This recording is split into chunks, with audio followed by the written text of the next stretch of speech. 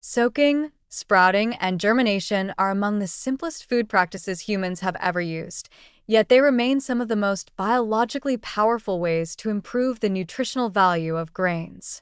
These methods do not add anything artificial and do not require complex technology. Instead, they activate the grain's own life processes, turning a dormant seed into a metabolically active food that is easier to digest, richer in usable nutrients, and more supportive of long-term health. What makes this especially encouraging is that these benefits are measurable, well documented in nutrition science, and achievable in an ordinary home kitchen. At rest, grains are designed for survival, not for nourishing the human body. They contain anti-nutrients such as phytic acid, enzyme inhibitors, and lectins that protect the seed from predation and premature sprouting. When we soak or sprout grains, we send a biological signal that conditions are safe for growth. In response, the grain activates enzymes that break down phytic acid, freeing minerals like iron, zinc, magnesium, and calcium so they can be absorbed in the intestine.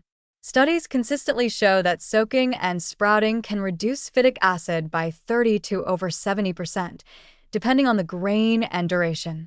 This reduction directly translates into improved mineral bioavailability, particularly iron and zinc, which are critical for energy metabolism, immune function, and cognitive health. Enzyme activation is another major benefit. During germination, amylases begin breaking starch into simpler sugars, proteases partially digest proteins into amino acids, and lipases act on fats. This predigestion makes sprouted grains easier on the digestive system and reduces post-meal heaviness. Protein quality also improves. Sprouting increases the availability of essential amino acids such as lysine, which is naturally limited in many grains.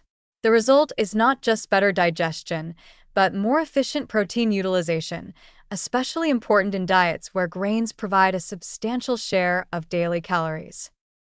Wheat is one of the easiest and most rewarding grains to sprout.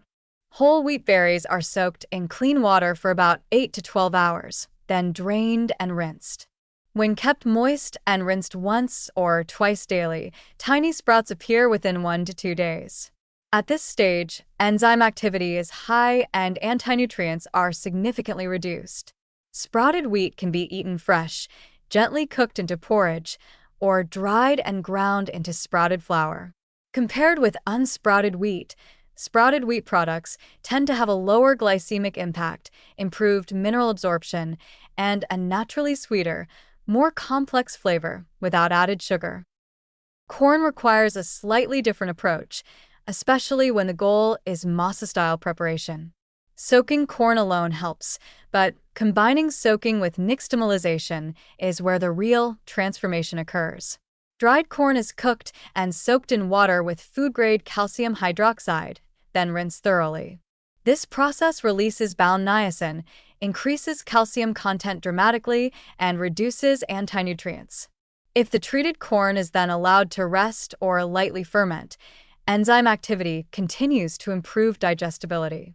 The resulting masa supports better mineral uptake and more stable energy release than untreated cornmeal, which is why traditional corn-based cultures avoided deficiency diseases despite relying heavily on maize. Rice, though often considered nutritionally modest, also responds well to soaking and sprouting. Brown rice soaked for 12 to 24 hours begins activating enzymes and increasing levels of gamma-aminobutyric acid, or GABA, a compound associated with nervous system balance and metabolic health. Allowing rice to sprout slightly before cooking enhances mineral availability and improves texture, making it softer and easier to digest. Sprouted rice porridge, for example, provides gentle, sustained energy and is often well tolerated by children, older adults, and those recovering from illness. The measurable benefits of these practices are supported by a growing body of research. Studies on sprouted grains show iron absorption increases ranging from 20 to 60% compared with unsprouted equivalents, largely due to reduced phytic acid and increased vitamin C, like organic acids formed during germination. Zinc absorption improves in similar ranges, especially when sprouted grains are paired with legumes or fermented foods. These improvements are not theoretical. They translate into better iron status and mineral balance over time, particularly in populations that depend heavily on plant-based staples. From a culinary perspective, sprouted grains are also remarkably versatile. Sprouted grain porridge can be made by gently simmering sprouted wheat or rice until creamy, then pairing it with nuts, seeds, fruit, or yogurt to enhance mineral uptake and satiety.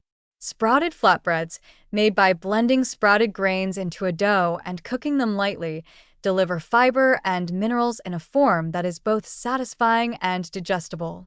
Even replacing a portion of regular flour with sprouted grain flour in baking improves nutrient density without sacrificing enjoyment. What makes soaking and sprouting especially powerful is their accessibility.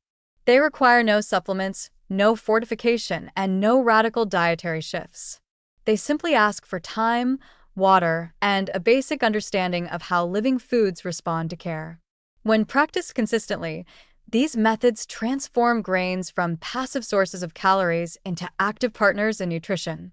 They support mineral balance, improve digestion, and enhance protein quality, all while preserving cultural food traditions and sensory pleasure.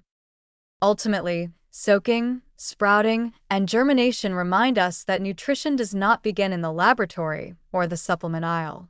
It begins in the kitchen, with simple choices that respect how foods are designed to function biologically. By unlocking the hidden potential of grains, these practices offer a positive, empowering path toward better nourishment, especially in a world where grains remain a central part of the human diet.